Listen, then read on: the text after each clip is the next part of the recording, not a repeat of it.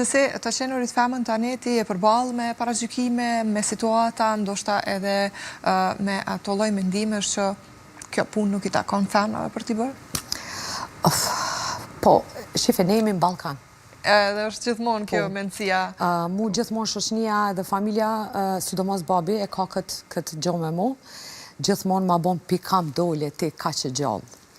Me kaq mendime diapazon, mos tem pak ma të zgjerun, po tani paragjykime ka, do të ketë, po e mira e gjithë kësaj është unë jam shumë tipi hareshëm, edhe pse dukem shumë e mrolla para kamerave, dal nuk e di o zot, shumë e rept, po nuk jam ashtu, jam shumë e hareshme, jam shumë pozitive, edhe më kam pranu njerëzit ashtu si që jam. Shumë e vërtet. Po, kom pas sfida, kom pas normalisht paragjykime, kam edhe sot, po ke kritika, po tani qa me bo krejt gabojmë, krejt dim në i herë, mës me u duk mirë, mës me folë si duhet, po kjo është diçka shumë normale. Cilën e konsideron si sfidën më të madhe, ndoshta që e ki te i kalu, po themi deri në këtë pikë ku jemi sot? Më duket se ende nuk e kam te i kalu. Se sfida e vetme, ose ma e madhe jetës teme, besoj është mos ta turpnu babën tem. Edhe atë kam reper të jetës. Mundohem ndoshta të mos boj atë që unë du, që mos ta lëndoj asken. Ka pas rase kur ti ke dash me bu diçka, se ke bu vetëm për shkak të babës? Po. Kam dash me studiu fakultetin e kriminalistikës, po të flas atë ko. Atëherë ishte, e ke parasysh prap kthehemi te ajo situata. Te ajo ko, po. Ishte pak e rrezikshme për mu, edhe duheshte të tërhiqem për asaj dëshire, për asaj ëndre që unë kam pas, që sot me mbaru në fakultetin filologjik, gjë që nuk isha unë, po tani ashtu i erdhe situata. A unë do isha të ai fakultet me patjetër. Me patjetër. Nuk është vonë. Po nuk është vonë, po tani e ke parasysh disa gjana në moment kur i bon e kanë lezetin e vetë, ma mbrapa nuk është ajo. E pas këtë një lidhje shumë të fort me babën. Ekstrem. Ma spjego pak të lutem. Qa me të spjegu? Ajo është autoriteti e vetë në shpi, me të drejt, po të them vetëm një detaj për atë. Është njeri i vetëm, që kur më thirë në telefon, nuk e di ka ta kthej telefonin. Të dritë, Po, është njeri i vetëm që kur e sho, edhe atë që e di se di mo. Diri aqë është autoritativ, diri aqë më ka përkra dhe ndoshta më ka lasdru mu pak ma shumë prej këtë fëmive, se kom qenë ma e gjallë, po nuk besoj që atë lastim ose lasdri, si me tanë, nuk ma ka dhanë rasisht. Ndoshta e kom meritu diku. Kështu e shofun. Unë besoj që ka pas për me të bo ma të fort, për me të bo pikrisht kjo që jesë. Është kritiku ma i madh jetës teme.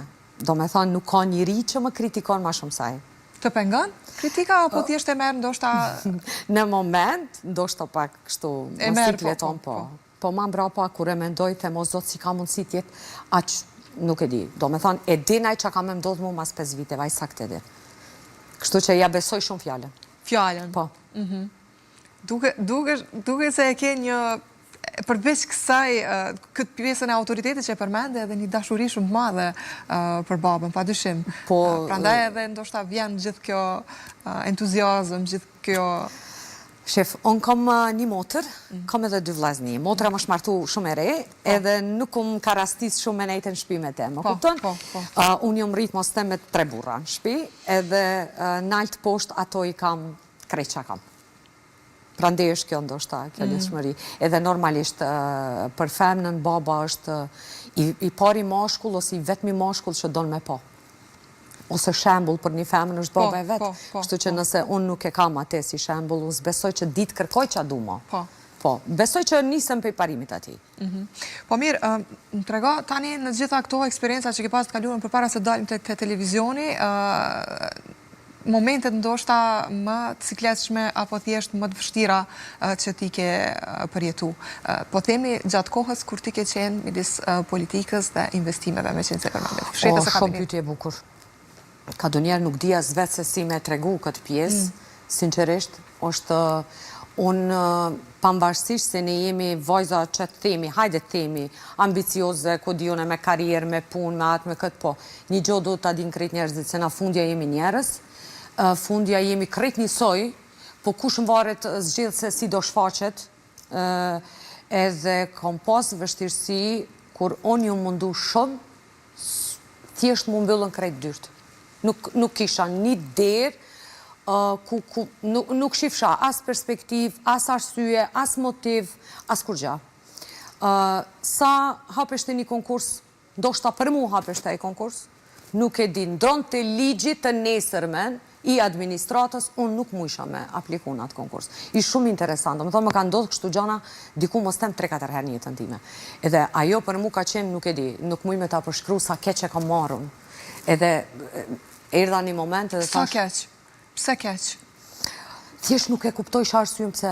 Pse po ndodhin gjana tilla? Thjesht unë soda Sa gruaja ndodhet në këtë situatë, prandaj po i bëj këto pyetje. Jo, pa problem, nuk është problem. Domethënë nuk e kuptojsha ku e kam problemin. Pyetsha babin, pyetsha njerëz, thjesht nuk kisha përgjigje. A jem të gabu dikon? Askon. A i kam bo dikujt gabim? Askujt. A kam shkru diçka dikujt kur? Domethënë nuk i gjejsha se njeriu kur flet me veten e vet, është më i sinqert se me gjithkon. Edhe ulesha dhe pyetsha, unë çka bona? Pse kështu? Mersha një kafe edhe 100 SMS porosi kisha për me pi kafe me asken nuk dilsha. Vetëm vet është një ven aty ku kom jetu për para si fëmijë, që o gjelezar, edhe shkoj